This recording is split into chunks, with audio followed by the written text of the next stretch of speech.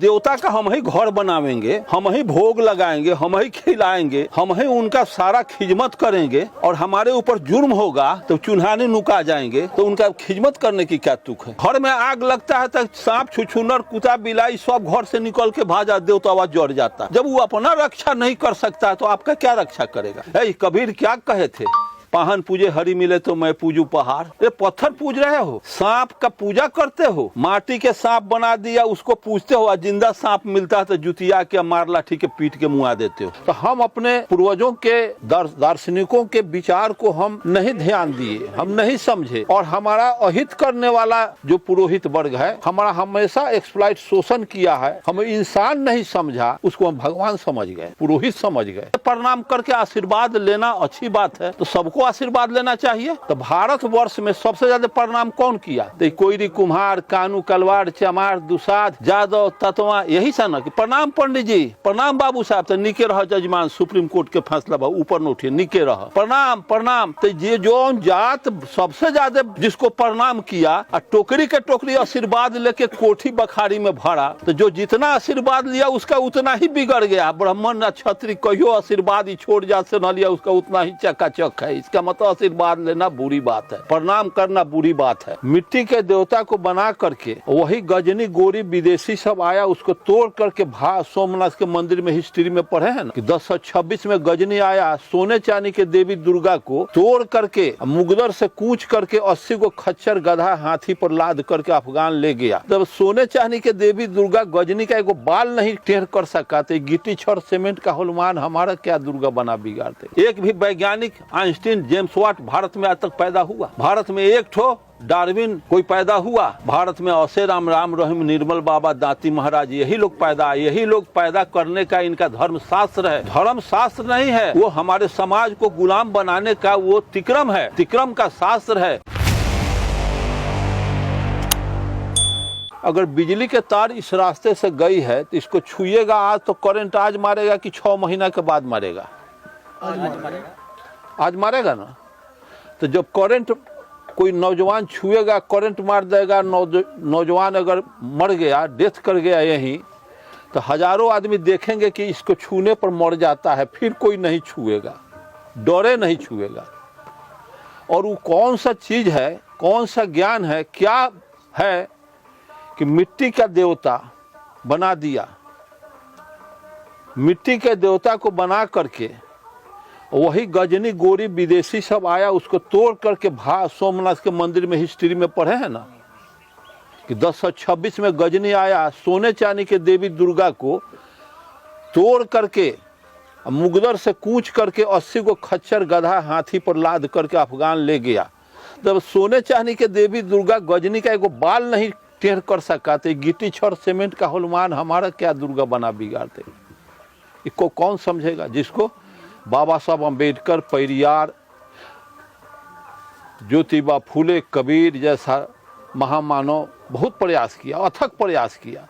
तो हम अपने पूर्वजों के दार्शनिकों के विचार को हम नहीं ध्यान दिए, हम नहीं समझे, और हमारा अहित करने वाला जो पुरोहित वर्ग है हमारा हमेशा एक्सप्लॉइट शोषण किया है, हम इंसान नहीं समझा, उसको हम भगवान समझ गए, पुरोहित समझ गए। पुरोहित का अर्थ समझना होगा। पूर्व मतलब गांव, हित मतलब शुभचिंतक। उनका फलाना के हित हथिन, रामेश्वर बाबू के हित हथिन, सुरेश बाबू। तो गांव भर के जो शुभचिंतक होता है उसको पुरोहित कहा जाता है। वो कैसा पुरोहित है? एक शब्द मैं कहूँगा कि आपके समाज में जब आज ये लोग आए विदेश से, तो ये लोग सिर्फ मर्द लोग आए थे, घोड़ा से आए थे। हम ही लोगों के बहु बेटियों को ये लूट लूट करके धर्म पत्नी बनाया। वो फिर अपने बहु बेटी को लाने के लिए 8000 किलोमीटर नहीं पश्चिम गया, हम ही बैकवार्डों की बहु बेटियों को सुंदर सुंदर को लूट करके धर्म पत्नी बनाया। धर्म पत्नी का अर्थ समझना होगा। और जब हमारे बीच से, हमारे घर से ये घोड़ा पर चढ़ के तलवार लेके आके लूट करके हमारी बहु बच्चियों को ले जाते थे, तो वो विलाप करती थी कि बाबा हो बाबा बचाओ हो बाबा, नाना हो नाना बचाओ हो नाना, भैया हो भैया बचाओ हो भैया। विलाप करते घोड़ा पर चढ़ा के लूट करके वो आर्ज ले गए और ले जाने के बाद उससे प्रजनन किया। तो बच्ची विलाप करती चली गई।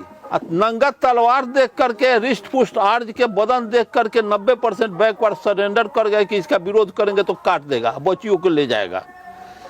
ऐसी स्थिति में आज भी हमारी माँ बहनें शादी ब्याह में गीत गाती है, विलाप करती है कि बाबा बाबा पुकारी ले बबो न बोलले हे, भैया भैया पुकारी ले भैयो न बोलले। शादी ब्याह में आपके यहाँ गीत चलता है। जी जी।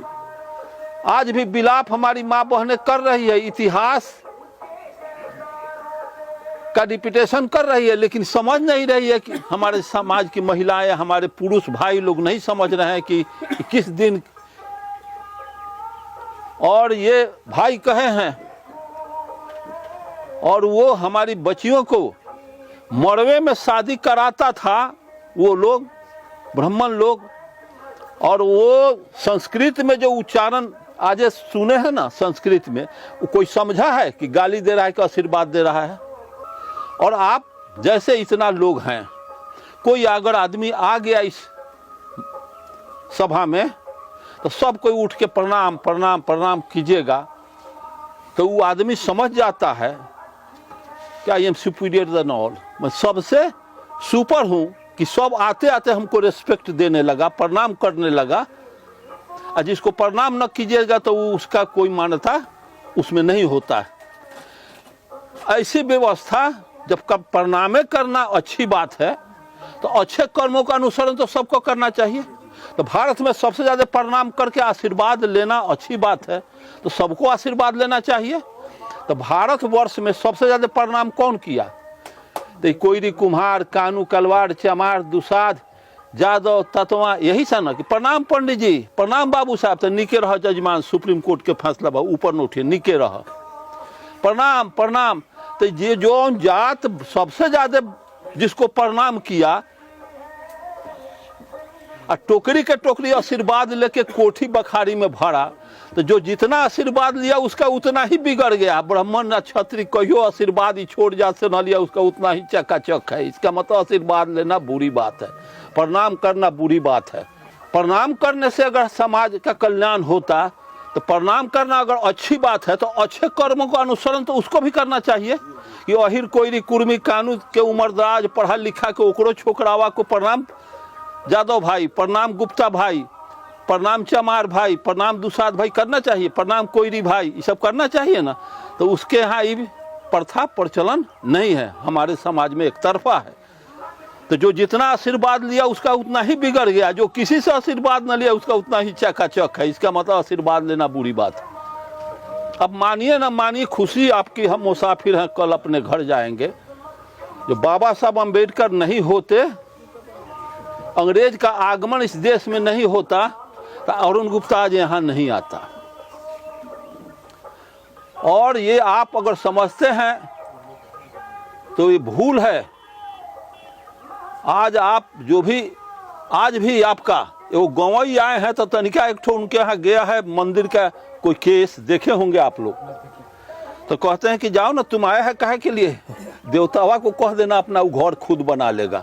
इसके लिए उन पर पूरा देश में बवाल हुआ, आप लोग देखे हैं कि नहीं? हाँ हाँ, गंवई साहब। तो जब देवता का हम ही घर बनावेंगे, हम ही भोग लगाएंगे, हम ही खिलाएंगे, हम ही उनका सारा खिदमत करेंगे, और हमारे ऊपर जुर्म होगा तो चुन्हाने नुका जाएंगे, तो उनका खिदमत करने की क्या तुक है? घर में देवता हम इतना चुके माटी के उढका बना करके पूज रही, हमारी दादी पूजती थी, हमारे पिताजी नहीं कभी पूजे। और जब घर में आग लगता है तो सांप छुछुनर कुत्ता बिलाई सब घर से निकल के भाजा, देवतावा जड़ जाता है। जब वो अपना रक्षा नहीं कर सकता तो आपका क्या रक्षा करेगा? कबीर क्या कहे थे, पाहन पूजे हरि मिले तो मैं पूजू पहाड़। ये पत्थर पूज रहे हो, सांप का पूजा करते हो, माटी के सांप बना दिया उसको पूजते हो, और जिंदा सांप मिलता है तो जुतिया के मार लाठी के पीट के मुआ देते हो। यह है ना सच्चाई? कोई देवता 56 करोड़ 33 करोड़ देवता बनाया है, ये हम लोगों के लिए बनाया है। देवता होता नहीं है दुनिया में, कहीं देवता 56 करोड़ और 33 करोड़ नहीं होता है। यही बगल में चीन है। अभी देखिए यूट्यूब पर खोल के, हड्डी नस रोग विशेषज्ञ डॉक्टर प्रवीण चंद्रा चाइना गए थे, पति पत्नी दोनों। तब मुझको फ़ोन किए, तो हम चीन से आ गए, तो आइए। तो हम कल के अच्छा चीन का कुछ संदेश सुनाइएगा ना, तो हाँ आइए ना। तो गए, 2 घंटा गपशप हुआ। तो यूट्यूब पर हम बुलाया, यूट्यूब पर उनका डाला गया, उनसे बहस जो हुआ है। चीन में जाने के बाद एक भी देवता वहाँ नहीं, एक भी साधु संत नहीं, एक भिखमंगा चीन में नहीं, कोई चप्पल पहना हुआ चीन में हम नहीं देखे। जूता मोजा, जो वहाँ खाने का चीज़ जो बेच रहा है वो भी जूता मोजा में, उसका भी बहुत बेहतर कपड़ा लत्ता गारमेंट। चीन में गरीबी नाम का कोई चीज़ नहीं। आज चीन जिस विकास पर, जिस ऊंचाई पर, जितना चीन का डेवलपमेंट हो गया है और सबका तो नहीं, चीन का जितना, 100 वर्ष के बाद भी भारत उस ऊंचाई पर नहीं पहुंचेगा। और उनका डॉलर गिर गया और दूसरे दुकान पर चले गए, इस दुकान पर कपड़ा उपड़ा लिए और दूसरे उनकी पत्नी के लिए कपड़ा खरीदाने चला गया।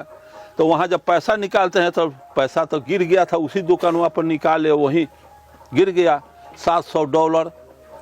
तो वहाँ से दौड़ते आ रहे हैं, तो वहाँ जो पहले से जो गहकी था वो डॉलरवा उठा के दुकानदार के जाके, उसी दुकानदार को जिसके यहाँ थे, वो रुपया ऊपर इधर चले आया और रुपया जाके डॉलर जाके जमा कर दिया कि सुनिए किसी का गिर गया है, आएगा खोजेगा तो उसको दे दीजिएगा। दुकानदार जमा कर लिया।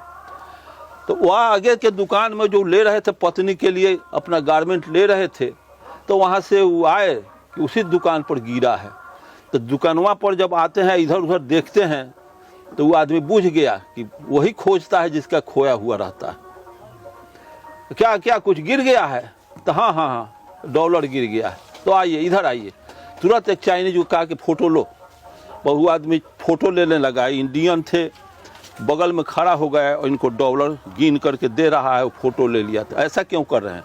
तो इसलिए कि जौन हमारे यहाँ जमा किया है वो आकर के कल पूछेगा कि वो डॉलरवा वो दे दिए, आया था वो आदमी, तो हमको प्रूफ रहेगा कि हाँ हम दे दिया वो डॉलर जो आपको दे रहे हैं। आज भी तो ऐसा इतना प्रगति कैसे कर गया? इसलिए वो प्रगति इतना चीन कर गया कि तुम बुद्ध को छोड़ दिए और बुद्ध को अपना लिया। हम सत्य को छोड़ दिया और चीन सत्य पर आमादा हो गया। हम बुद्ध को छोड़ दिया, बुद्ध मीन्स सत्य, पदार्थवादी सोच, विकसित सोच, वैज्ञानिक सोच। तो हम बुद्ध को छोड़ दिया तो हमारा हालत दुनिया के दौर में सीधे नीचे चला गया।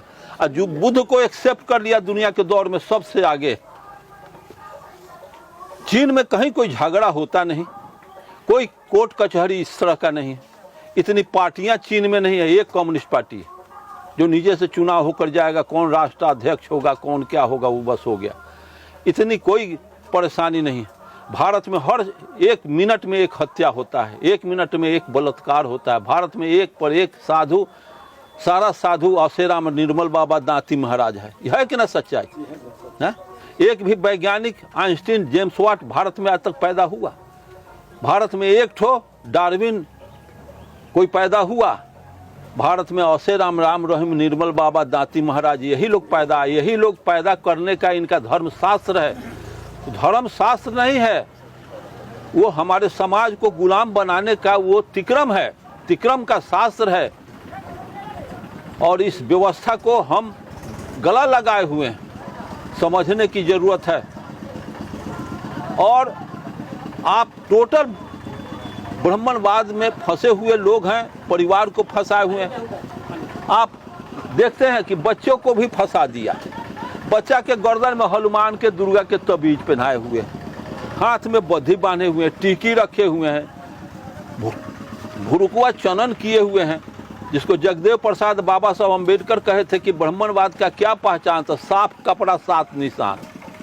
ये सब निशान है, ब्राह्मणवाद का पोसुआ का निशान है। जैसे कि कोई कुत्ता कोई पोसता है, 5 गो कुत्ता अगर कोई कुत्ता पोसता है और चमौटी पहना देता है तो आदमी देख देता है कि पोसुआ है। और 5-6 गो कुत्ता लगता है झगड़ा करने तो कह रहे डिस्टर्ब हम लोगों को होता है, जाओ कुतवा को मारो। जैसे कुतवा के मारने जाइएगा तब पोसुआ करे, पोसुआ के न मरिया न तो जो पोसले हो तोरा से झगड़ा करते हो, अनेरुआ के मार। तो जितना हमारे समाज के बैकवर्ड के लोग हैं सब अपना बच्चा के ब्राह्मणवाद के प्रतीक बना दिए, टिकी